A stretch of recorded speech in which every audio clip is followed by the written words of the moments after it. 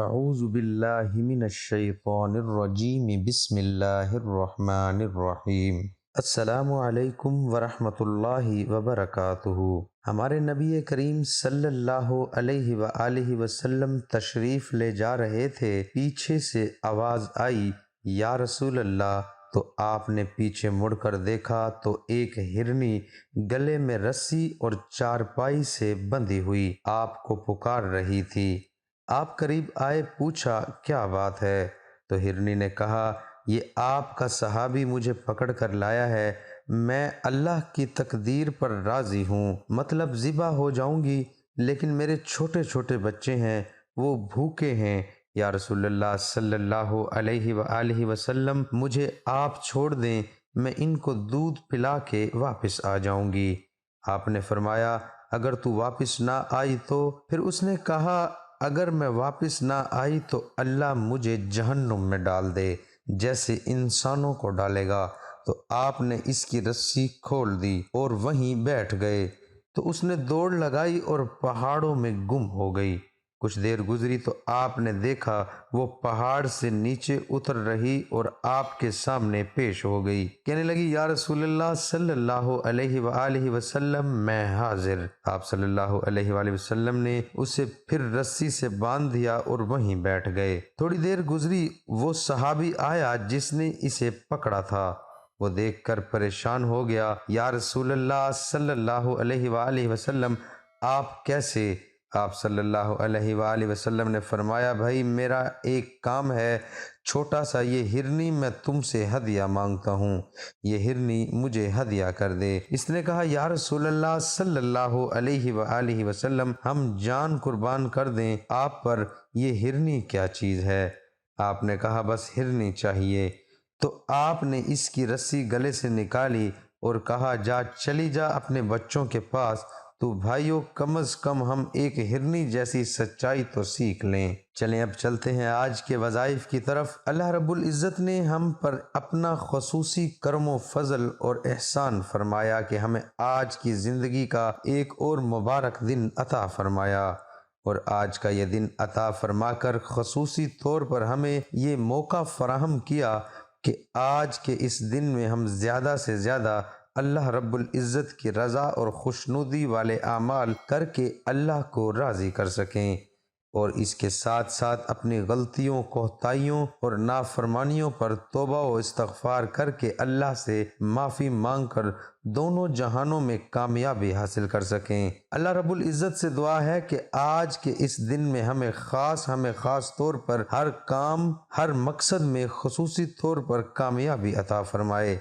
اور آج کے اس دن میں ہمیں ہر قسم کی پریشانی، مشکل اور آزمائش سے اللہ رب العزت محفوظ فرمائے، آمین۔ آج جمعۃ المبارک کا مبارک دن ہے، اور اس مبارک دن کے بارے میں احادیث میں بہت سے فضیلت اور اہمیت کے بارے میں حضور صلی اللہ علیہ وآلہ وسلم کے فرمان ہیں، جن میں ایک فرمان یہ بھی ہے جس کا مفہوم کچھ اس طرح سے ہے کہ جمعۃ المبارک کے دن دو گھڑیاں ایسی ہیں کہ جن اوقات میں اللہ رب العزت بندے کی دعا کو قبول فرماتے ہیں۔ تو وہ دو اوقات کون سے ہیں؟ ایک جمعۃ المبارک کے خطبے کے درمیان، دوسرا وقت جمعۃ المبارک کے دن نماز عصر کے بعد کی گھڑی ہے۔ ویسے بھی نماز عصر اور نماز فجر کے بعد کا جو وقت ہے، یہ بہت ہی زیادہ قیمتی ہے، جس کے بارے میں اللہ رب العزت کا فرمان ہے، حدیث قدسی ہے، جس کا مفہوم کچھ اس طرح سے ہے کہ اے بندے، تو فجر اور عصر کی نماز کے بعد مجھے تھوڑی دیر کے لیے یاد کر لیا کر، میں درمیانی اوقات میں تیری کفایت کروں گا۔ تو جس شخص کی اللہ رب العزت کفایت کا وعدہ کر لے، وہ اتنے سے کام میں کہ فجر کے بعد، فجر سے یعنی جو زوال کا وقت ہے، یعنی جو فجر کے بعد اللہ رب العزت کا ذکر کرتا ہے اور عصر کے بعد کرتا ہے، تو فجر سے عصر تک اللہ رب العزت اس کے معاون اور مددگار ہوتے ہیں، اور عصر کے بعد کرتا ہے تو عصر سے دوبارہ فجر تک اللہ رب العزت اس کے معاون اور مددگار ہوتے ہیں۔ تو جو کوئی شخص فجر اور عصر کے بعد اس وقت کو قیمتی بنا کر اس میں اللہ رب العزت کا ذکر، اللہ رب العزت کی تسبیحات بیان کرنا شروع کر دے، تو اللہ پاک درمیانی اوقات میں اس کی مدد فرمائیں گے، تو ایسے ہر کام ہر مقصد میں خصوصی طور پر کامیابی عطا فرمائی جائے گی۔ اللہ رب العزت سے دعا ہے کہ اللہ پاک ہر وقت ہمیں اپنے ذکر میں مشغول رہنے کی توفیق عطا فرمائے، اور خاص طور پر ان دو اوقات میں خصوصی طور پر ہمیں اللہ رب العزت اپنے ذکر میں مشغول رہنے کی توفیق عطا فرمائے، آمین۔ آج میں آپ کے لیے ایک ایسا وظیفہ لے کر حاضر ہوا ہوں جو کہ جمعۃ المبارک کے دن کے حوالے سے خاص ہے، اور یہ جمعۃ المبارک کے دن نماز عصر کے بعد اگر آپ کریں، اور زیادہ فضیلت اس کے علاوہ آپ جمعۃ المبارک کے دن نماز فجر سے نماز عشاء کے درمیان یعنی کسی بھی نماز کے بعد اس عمل کو کر سکتے ہیں۔ عمل نہایت ہی آسان ہے، نہایت ہی آزمودہ عمل ہے، اور یہ عمل قرآن پاک پارہ نمبر 30 سورۃ الکوثر کا خاص عمل ہے۔ اس عمل میں آپ نے یعنی پورے دن میں نماز فجر سے نماز عشاء تک آپ نے سورۃ الکوثر کی تلاوت کرنی ہے، اور سورۃ الکوثر کو آپ نے 90 مرتبہ پڑھنا ہے۔ اب چاہیں تو آپ ایک ہی وقت میں پڑھ سکتے ہیں، یعنی فجر کے بعد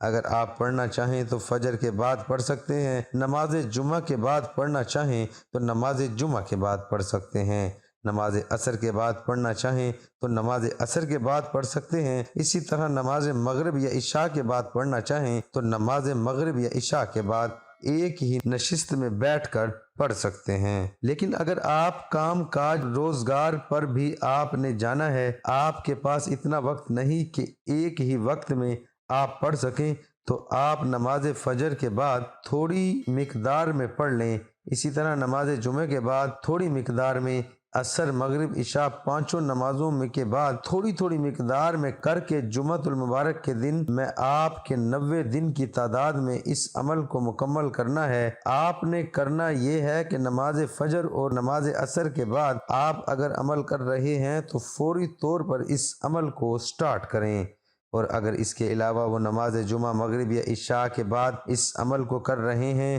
بے شک آپ ایک ہی وقت میں کر رہے ہیں یا تھوڑا تھوڑا کر کے نمازوں کے بعد کر رہے ہیں، تو بھی عمل سے پہلے نماز جمعہ مغرب اور عشاء کے بعد عمل کرنے سے پہلے 2 رکعت نماز نفل صلاۃ الحجت کی نیت سے لازمی پڑھیں۔ عمل آپ نے اس طرح کرنا ہے کہ وہیں جائیں، نماز پر بیٹھنا ہے، بنا کسی سے بات کیے اپنی جگہ سے اٹھے بغیر۔ اول آپ نے 11 مرتبہ درود ابراہیم نماز والا 11 مرتبہ پڑھنا ہے، اس کے بعد آپ نے 90 مرتبہ سورۃ الکوثر کی تلاوت کرنی ہے، اور اگر آپ تھوڑا تھوڑا کر کے کسی ہر نماز کے بعد پڑھنا چاہ رہے ہیں تو تھوڑا تھوڑا کر کے جتنا آپ آسانی کے ساتھ پڑھ سکیں اتنی مقدار میں آپ نے سورۃ الکوثر کی تلاوت کرنی ہے۔ میں ایک مرتبہ پھر سے آپ کو بتاتا چلوں کہ آپ نے جمعۃ المبارک کے دن نماز فجر سے لے کر نماز عشاء تک ان نمازوں کے بعد اس درمیانی وقت میں سورۃ الکوثر کی 90 مرتبہ تلاوت کرنی ہے، اور اس سے پہلے اور اس کے آخر میں 11 مرتبہ آپ نے